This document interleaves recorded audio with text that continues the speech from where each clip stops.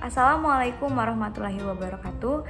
Perkenalkan, saya Fariza Azahra dengan NIM 100111382328181. Saya berasal dari kelas IKMA angkatan 2023. Pada video ini saya akan mencontohkan salah satu metode pengukuran ergonomi, yaitu pengukuran rula. Apa sih ergonomi itu? Menurut Pusat Kesehatan Kerja Departemen Kesehatan Kerja Republik Indonesia pada tahun 2007, ergonomi adalah ilmu yang mempelajari perilaku manusia dalam kaitannya dengan pekerjaan yang dilakukan.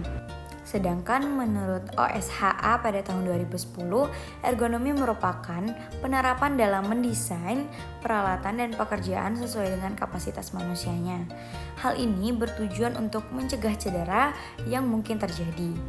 Secara singkat, ergonomi merupakan penyesuaian antara manusia dengan pekerjaannya dengan tujuan meminimalisir kecelakaan kerja dan penyakit akibat kerja.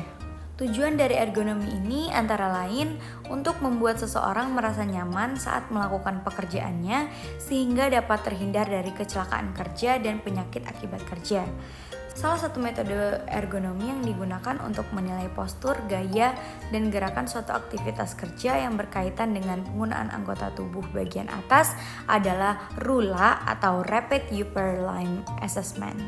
Metode ini dikembangkan untuk menyelidiki risiko kelainan yang akan dialami oleh seseorang pekerja dalam melakukan aktivitas kerja yang memanfaatkan anggota tubuh bagian atas atau upper limb.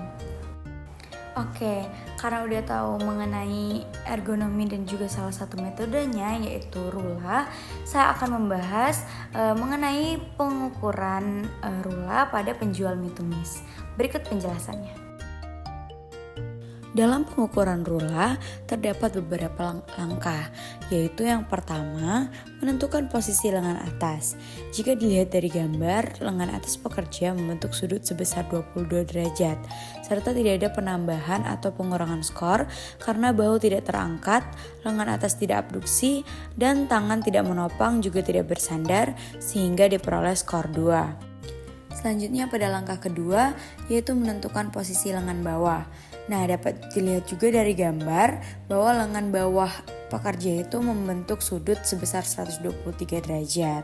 Dan lengan pekerja juga bergerak ke samping tubuh untuk mengambil makanan sehingga mendapatkan skor 3, yaitu 2 skor dari posisi dan juga 1 skor dari tangan yang bergerak melewati garis tengah atau bergerak ke samping tubuh.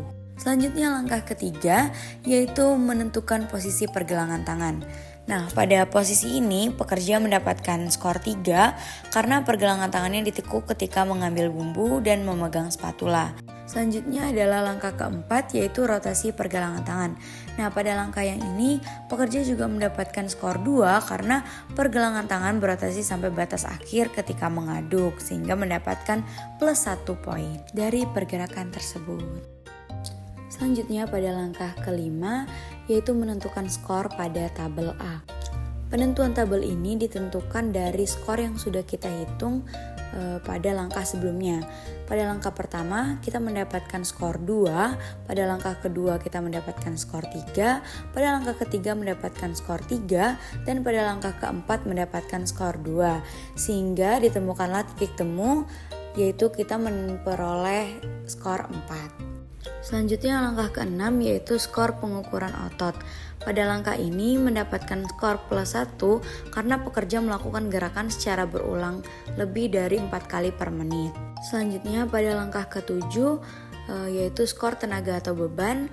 Nah, pada langkah ini pekerja tidak mendapat poin tambahan karena pekerja tidak membawa beban lebih dari 2 kg. Selanjutnya adalah langkah ke-8 yaitu menentukan skor pada tabel C. Nah, pada tabel C ini diperlukan penjumlahan skor pada tahap 5, 6, dan 7 yaitu 4 ditambah 1 ditambah 0 sama dengan 5 sehingga skor yang akan digunakan pada tabel C adalah 5. Selanjutnya langkah ke-9 yaitu menentukan posisi leher. Dapat dilihat dari gambar di atas, posisi leher bekerja membentuk sudut 26 derajat dan lehernya berputar ketika mengambil bumbu sehingga mendapatkan skor 4. Pada langkah ke-10 diperoleh skor 2, karena posisi badan pekerja membentuk sudut sebesar 13 derajat dan badan tidak berputar ataupun dimiringkan. Selanjutnya pada langkah ke-11 juga mendapatkan skor 2 karena posisi kaki pekerja tidak menopang pada benda. Pada langkah ke-12 menentukan skor pada tabel B. Sama seperti tabel A, tabel B ini dilihat dari langkah-langkah yaitu langkah 9, 10, dan juga 11 sehingga diperoleh skor 6. Selanjutnya pada langkah 13 mendapatkan skor plus 1 karena pekerja melakukan gerakan secara berulang lebih dari 4 kali per menit. Pada langkah ke-14 tidak mendapatkan skor tambahan karena pekerja tidak membawa beban lebih berat dari 2 kg. Langkah terakhir yaitu menentukan skor pada tabel C, yaitu menjumlahkan skor pada tahap 12, 13, dan 14 yaitu 6 ditambah 1 ditambah 0 sama dengan 7 sehingga skor yang akan digunakan pada tabel C adalah 7. Selanjutnya adalah hasil akhir.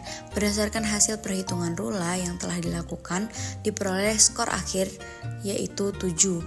Nah, skor 7 ini merupakan tahap investigasi dan penerapan perubahan. Hal ini menunjukkan bahwa kondisi pekerja sudah termasuk ke dalam kondisi yang berbahaya sehingga perlu dilakukan pemeriksaan dan perubahan dengan segera. Untuk kesimpulan dan saran bisa dibaca saja ya. Baiklah, mungkin itu saja yang dapat saya sampaikan. Lebih dan kurang saya mohon maaf. Terima kasih sudah nonton sampai akhir. Wassalamualaikum warahmatullahi wabarakatuh.